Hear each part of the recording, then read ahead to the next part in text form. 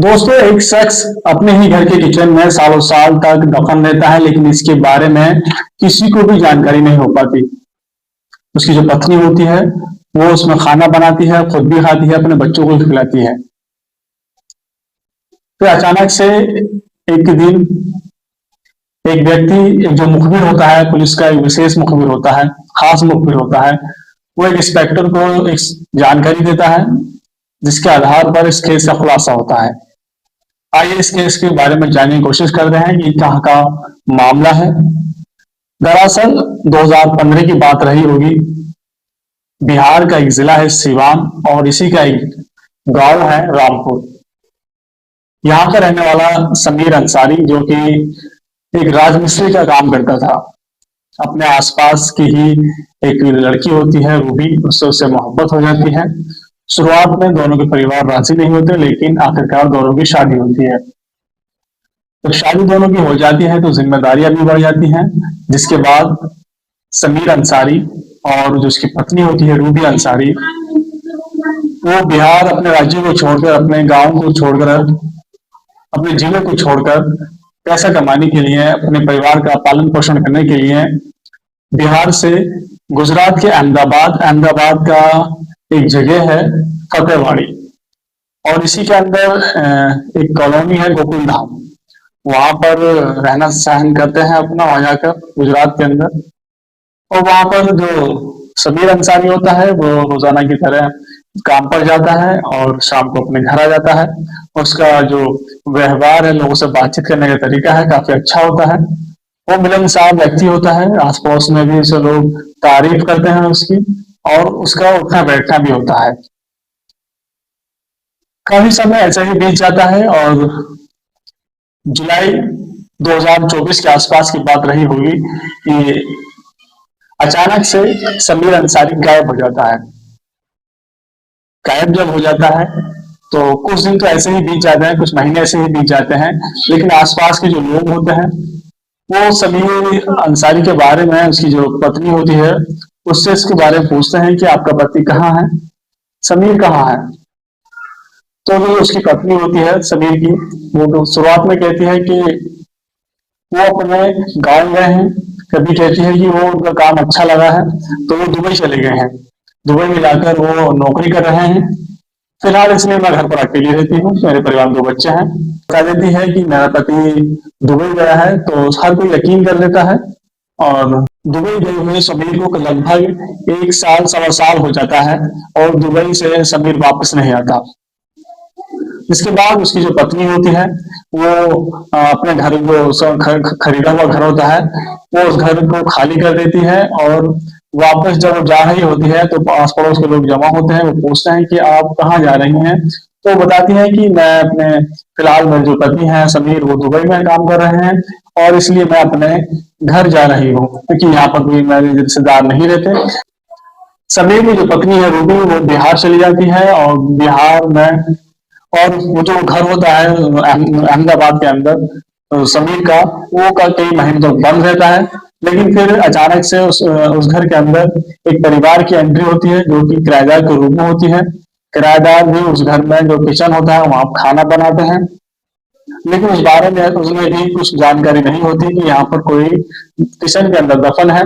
रोजाना की तरह वहां खाना बनता है, परिवार के लोग खाते हैं, लेकिन कई महीनों के बाद रहने के बाद वो परिवार भी उस मकान को खाली कर देता है। उसके बाद फिर से वो घर में ताला लग जाता है, और वो घर बंद ही रहता है। इस सब को होते हुए करीब 1 से 1.25 साल का समय बीत जाता है।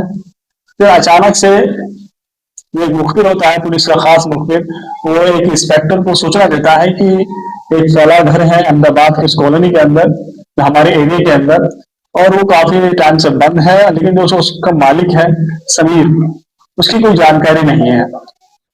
वो काफी, जो उसकी पत्नी जो कहती है, वो बताती है कि वो दुबई गया है, वो वहां गया है, अपने घर पर है, लेकिन समीर के बारे में अभी तक कोई जानकारी नहीं लग पाई है, समीर लापता है।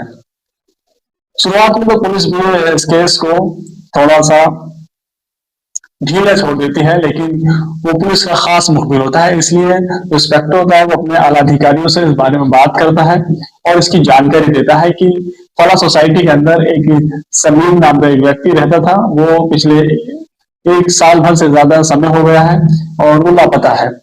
जब पुलिस कड़ी से कड़ी बनाना शुरू करती है, इस केस पर अपनी जांच करना शुरू करती है, तो शुरुआत में क्राइम ब्रांच के कुछ अलग अलग अधिकारी जो होते हैं वो अपना रूप बदल कर, भेष बदल कर उस सोसाइटी में जाते हैं। कोई सब्जी बेचने के लिए जाता है तो अलग अलग रूप में सब्जी बेचने जाते हैं अलग अलग ऑफिसर।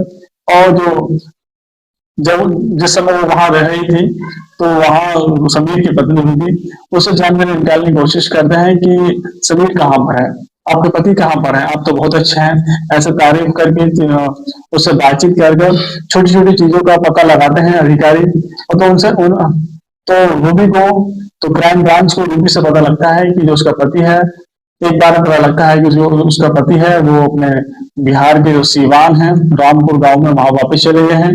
एक जब दूसरा अधिकारी आता है सब्जी बेचने के लिए तो उन्हें पता लगता है कि वो दुबई गए हैं।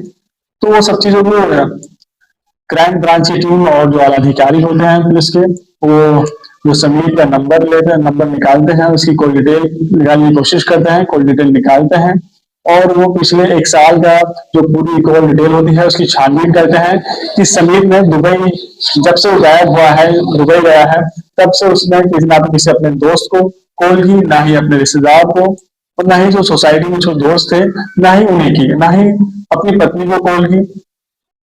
तो उसकी वो लोकेशन ट्रेस करते हैं और अचानक से इस सब के 2024 से जुलाई से 2025 नवंबर 5 नवंबर 2025 को अचानक से उस कॉलोनी के अंदर सुबह के करीब 11 बजे के आसपास जो सिटी के मजिस्ट्रेट होते हैं वो पहुंचते हैं, नगर पालिका की टीम होती है वो पहुंचते हैं और कुछ मजदूर साथ में होते हैं और एक व्यक्ति और होता है, और एक व्यक्ति उसके हाथ में हथकड़ी होती है। तो आसपास के जो लोग होते हैं कॉलोनी के वो जमा हो जाते हैं और उस आपस में बातचीत करने लगते हैं कि आखिरकार एक साल सवा साल का वक्त गुजर गया है और ये काफी महीनों से जो फ्लैट है ये बंद है और आज पुलिस से ये अचानक से लोग कौन आए हैं, तो आपस में बातचीत कर रहे होते हैं। और इसी दौरान ये बात मीडिया में भी फैल जाती है, मीडिया के जो पत्रकार होते हैं वहां के वो भी वहां पहुंच जाते हैं और जानकारी निकालने की कोशिश करते हैं।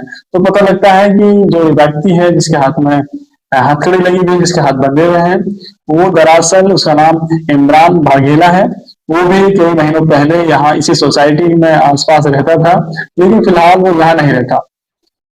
ये जानकारी सामने आती है और जब इमरान वाघेला ही पुलिस को बताता है कि जब वो आज से करीब 1 साल पहले करीब यहाँ रहता था तो उसकी जो दोस्त थी समीर की जो पत्नी है रूबी, उससे हो गई थी और समीर ने अपनी पत्नी को आपत्तिजनक स्थिति में इमरान वाघेला के साथ देख लिया था, जिसके बाद इमरान और रूबी जो इमरान अपने 2 चचेरे भाई हैं रहीम और मोहसिन, उन्हें साथ में लेकर आया था इमरान के घर पर, समीर के घर पर अकेला।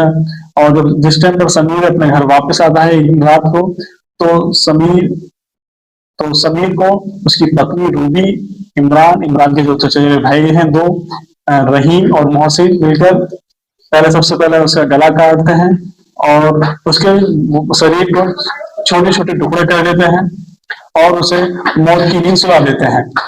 लेकिन डर ये रहता है कि अब हम इस बॉडी को जो हमने समीर को मार दिया है, जिसे अब हम बाहर कैसे लेके जाएं, क्योंकि आजकल सूटकेस वगैरह पर सबकी नजर रहती है, आसपास में सीसीटीवी लगे रहते हैं, तो इसलिए हम आसानी से पकड़े जाएंगे। तो इमरान और उसके जो साथी होते हैं और वो भी उसकी समीर की वाइफ होती है, उसके शरीर के टुकड़े करके उसे दफनाने की प्लानिंग करते हैं। चारों लोग मिलकर फैसला करते हैं कि क्यों ना इसे समीर को जो घर का किचन है उसके अंदर दफना दिया जाए। तो बड़ी ही सावधानी से जो किचन के अंदर टाइल्स लगी हुई होती हैं वो टाइल्स को हटाते हैं और गड्ढा खोदते हैं बकायदा, और समीर के जो टुकड़े होते हैं सर बॉडी के उसके शव के, उन्हें उसमें दफना देते हैं। पुलिस की टीम जब समीर के घर पर पहुंचती है तो सब पूरे घर की छानबीन करती है, दीवारों की, फर्श की, हर एक कमरे की छानबीन की जाती है, लेकिन पुलिस को कुछ पकड़ में नहीं आती चीजें। और तो आखिरकार वो उस घर के किचन में जाती है। जब किचन के टाइल्स पर पुलिस के अधिकारियों की नजर पहुंचती है तो तो टाइल्स का जो पैटर्न होता है लगाने का वो थोड़ा सा अलग होता है। पुलिस के अधिकारी पहचान करते हैं कि टाइल्स जो किसी ने लगाई है वो अनमैच लगाई है।